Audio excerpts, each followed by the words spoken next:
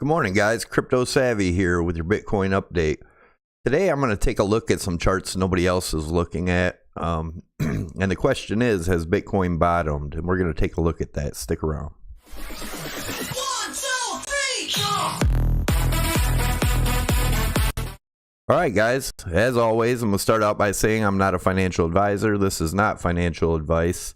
This is my opinion and my view of the market only. Anybody that's doing any trading or investing in this market, I suggest you do your own due diligence and your own research, as this market can be extremely volatile and risky. All right, with that being said, if you haven't already, click the subscribe button and subscribe to the channel. Tick the little bell to get notified when I post new videos. Also, if you could, please give it a big thumbs up and leave your comments. Let me know what you think. With that being said, let's get started. All right, we're looking at the daily on Coinbase, but like I said, I'm going to take a look at some stuff nobody else seems to be looking at, and I'm going to start out here. Let's zoom out a little bit so you can see what I'm looking at. Now, I've drawn these two trend lines. This one from the very tip of the all-time high, the white line, and right where it touches again, right where we broke out at the $6,000 range.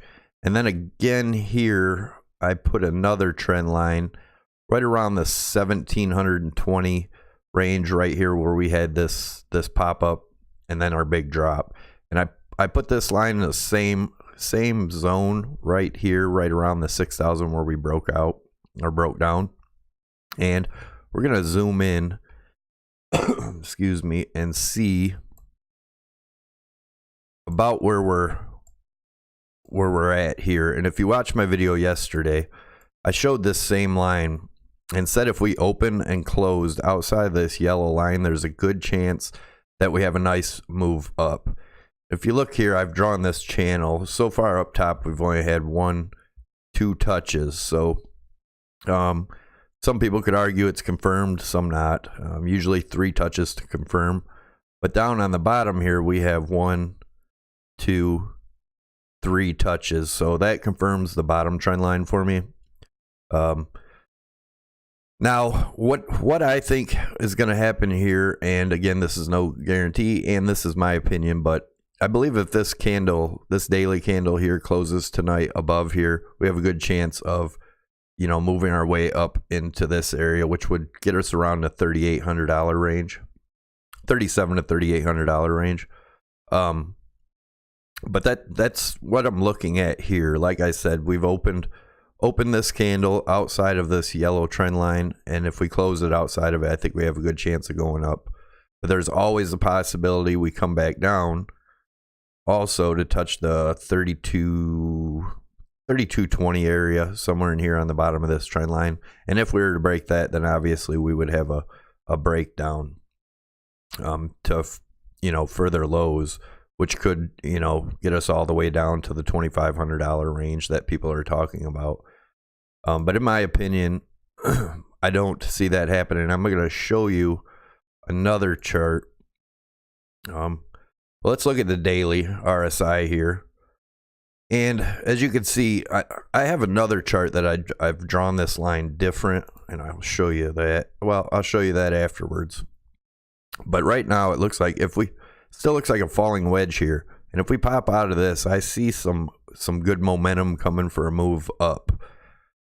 Like I said, the RSI to me is extremely important. I see people watching 20 different indicators, and not to say that's wrong. I think it just makes it more confusing when you're trading to have too many indicators, especially if you're day trading and you're looking for an exit or an entrance and you're checking 30 indicators before you make your decision, and by that time it's too late. But again, that's only my opinion. I believe the less indicators and the less stuff you use, and if you get good at it, the easier it is to do your charting and not get so confused when you have 10 different indicators telling you 10 different things. I like to try to keep it simple. And this is pretty simple. Just, using the RSI, drawing trend lines. And like I said, if we pop up with conviction out of this descending wedge here. I believe we're going to have a really nice move up, and we could pop up, come back down and test it, and if we were to break through, we would be looking for support on the bottom of this wedge, and if we broke through that, I definitely see another fall off, maybe double bottom. But as of now, I'm still bullish here. I still think we have more room to go up. And let's go into the monthly, and I'm going to show you the trends I've drawn in here. And this is why I believe that it's a good possibility. No guarantees. I'm not saying the bottom's in 100%, but this goes towards me thinking the bottom could be in. And if you see, I've drawn these lines in here.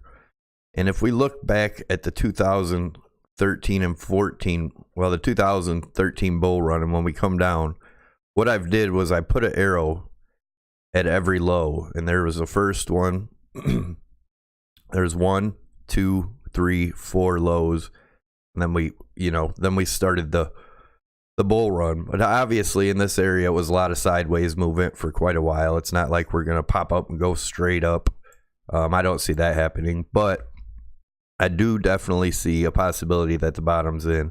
And I've done the same here. There's 1, 2, 3, 4. And if this one, we pop up, come across here, we could be looking at sideways action for quite a while, as accumulation begins. If it actually may have already begun. But this, just makes a lot of sense to me. And if we look up here, I'm going to draw lines across the top and kind of look at where the peak was in 2017 to where it was in 2013. And if you look, we were a little bit higher then than we were in 2017. And then if we bring that down here and look at this bottom, it would be the same. We're lower on this bottom than we were over here. We're up just a little bit as we were up at the top. And like I said, there's no guarantees, but that's what I'm looking at now. I really believe there's a strong chance that the bottom is in. That's not to say we don't go down and do a double bottom, and there's still the possibility we go lower like a lot of people think, but that's what I'm looking at now. And now let's get into the regular Coinbase chart and look at the falling wedge I've had drawn here, where we've had 1, 2, 3 touches up top, and then 1, 2, 3 touches at the bottom. And I'm going to zoom in. We're going to look at the things we've been looking at in the last few videos, which is this symmetrical triangle here that we've been watching. And you look, the top line is this solid line, the bottom line is the dashed line. And what it looks like now is that, arguably this line could be moved down, but I'm going to keep it right here because it seemed to play as resistance when we tried to get back up in it. So I'm going to leave it here for now. Like I said, in the future, may move it down. That may be the bottom of this symmetrical triangle, if in fact that's what we're looking at.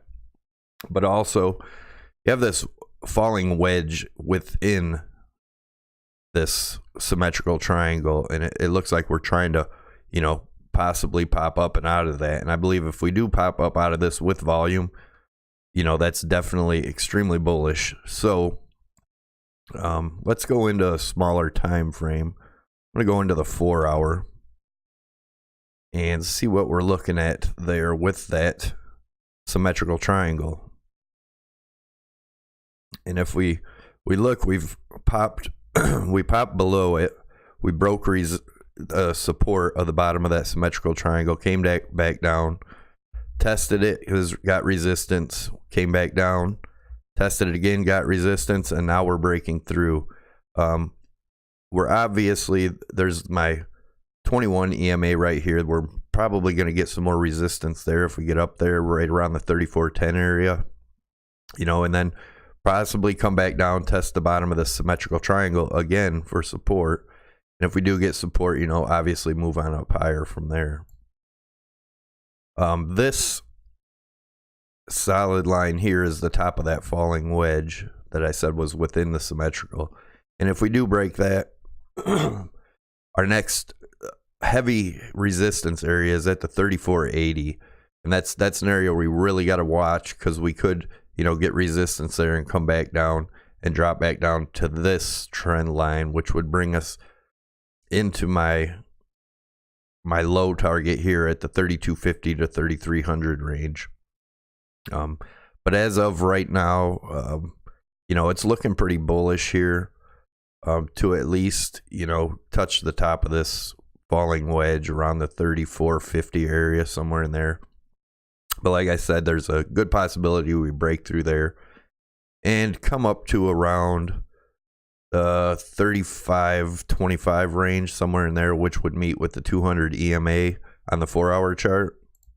Now we'll go into the 1 hour and to take a look at where we're at there. And here's the 200 EMA on the 1 hour, and it looks like we may pop up, and that's going to probably give us some resistance at the 3400 area, which has been a good area of resistance and support. I don't know why that line isn't showing up in here. Let me see. I had a 3400 resistance line. I'm going to put it back in there because we've had a lot of support and resistance right in that $3,400 range. So I'm going to put that line back in there, right there. And as you see, that's where we're getting resistance right now. Now, if we do get rejected here and come back down, I believe we're looking towards that $3,250 to $3,300 range. But like I said, I'm still looking bullish here. I believe that we'll come up and test the top of this falling wedge here around the 30, depending on where we hit it, 3,400, 30. We could just bounce right along, keep moving sideways along here, and then pop up through or pop down and go into that area. But we really got to watch this. I'm going to pop into the 4-hour RSI. And if you look, I've drawn a symmetrical triangle here. And this is why I like the RSI. I'm going to move this down and get these to touch. It really gives you, a different look at the market and see what's going on. And as you can see, we've had a lot of touches. We've had 1, 2, 3 touches up here. And see, this area right here would probably match up pretty close with this 21 EMA I have here at the 3410. That's what I said. We may get some good resistance there and pop back down. But yeah, that's why I like to watch this RSI. It really gives you a different view than everybody else is always looking at. I don't see a lot of people using the RSI to find different patterns. But let's go into the daily RSI, and this is the line I have drawn a little bit different than I had on the other chart, because I had a falling wedge drawn in here, and this one I believe could still be valid too. And I'll draw the other line that I have on the other one just so you can see what I'm talking about. And here was the other line that I had on the other chart for the RSI. But if you look at this one, the way I had it drawn, we came up, broke out of it, came back down, tested for support, broke back up, come back down, tested for support. So, and again, I believe if we break up above this trend line right here, we're going to have a decent move up. So, that's where I'm at for now. Again, if you guys haven't already, please hit the subscribe button. There's a Crypto Savvy logo above my head. Hit that. Tick the little bell to get notified when I post new videos. And if you could, please leave a giant thumbs up and leave comments. Let me know what you think. Appreciate it, guys. Have a good day.